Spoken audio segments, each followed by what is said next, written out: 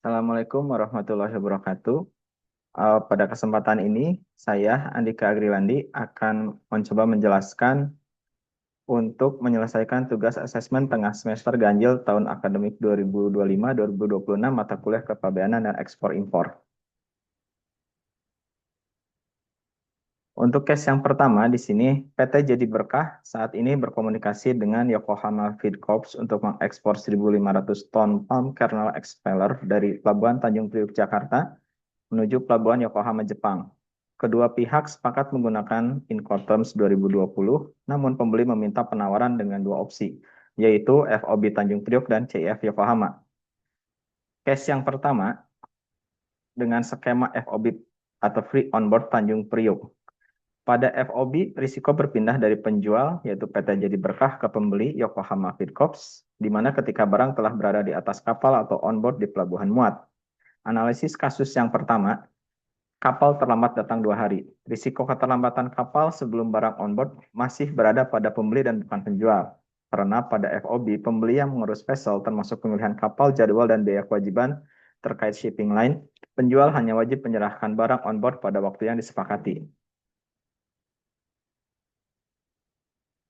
Pada case yang kedua, kerusakan muatan 5% saat di pelabuhan muat. Jika kerusakan terjadi sebelum barang naik kapal atau onboard, resiko masih ada pada penjual. Sedangkan jika kerusakan terjadi setelah barang berada onboard, risiko sudah ada pada pembeli. Dalam hal ini bisa dikatakan kerusakan muatan 5% saat di pelabuhan muat dan belum jelas onboard atau belum. Maka menurut aturan umum, jika terjadi pelabuhan muat sebelum loading, maka penjual yaitu PT Jadi Berkah lah yang menanggung risiko kerusakan tersebut. Untuk skema CIF, yaitu Cost Insurance dan Freight di Pelabuhan Yokohama, Jepang, risiko berpindah sama seperti FOB, yaitu ketika barang sudah berada di atas kapal atau di pelabuhan muat atau onboard. Analisis kasusnya, yang pertama kapal terlambat datang 2 hari.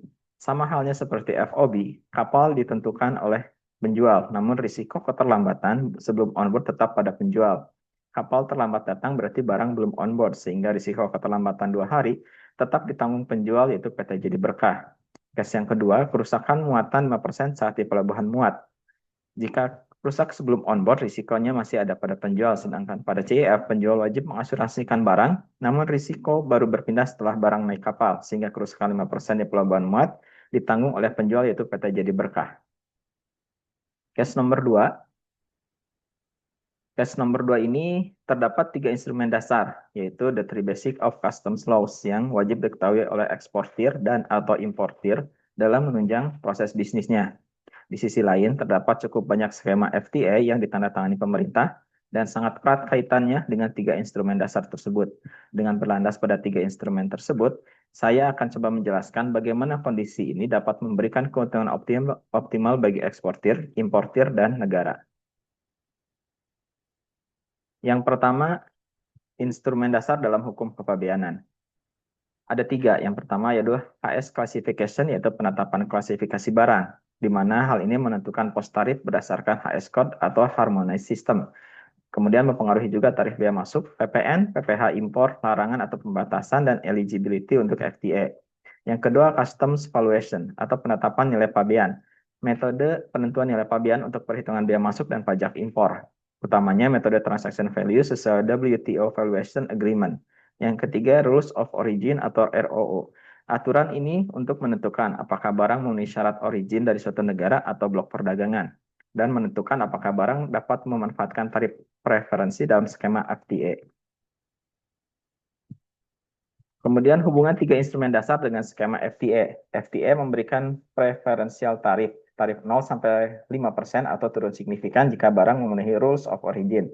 Namun pemanfaatan FTA sangat tergantung pada 3 instrumen dasar, yaitu HS Classification yang menentukan tarif FTA yang tersedia, di mana setiap FTA memiliki tabel konsesi tarif khusus berdasarkan HS Code. Yang kedua, Custom Valuation mengoptimalkan pembebanan pajak. Dalam FTA, tarif bea masuk bisa 0, sehingga nilai pabean berdampak ke PPN impor dan bukan bea masuk. Yang ketiga, Rules of Origin, kunci untuk memperoleh tarif preferensi. ROO menentukan apakah barang berhak memperoleh tarif preferensi FTA, dan memenuhi ROO bisa berarti bea masuk bisa mencapai 0%, mempercepat proses clearance, dan mengurangi biaya total landed cost. Yang ketiga, bagaimana kondisi ini sebenarnya memberikan keuntungan optimal bagi eksportir, Tentu saja produk mereka jadi lebih kompetitif karena tarif preferensi 0-5%. Kemudian juga memperluas pasar ekspor, mengurangi risiko audit dan dispute, dan yang keempat, insentif dan reputasi compliance. Eksportir yang patuh dapat menjadi AIO atau Authorized Economic Operator dan mendapat percepatan layanan ekspor.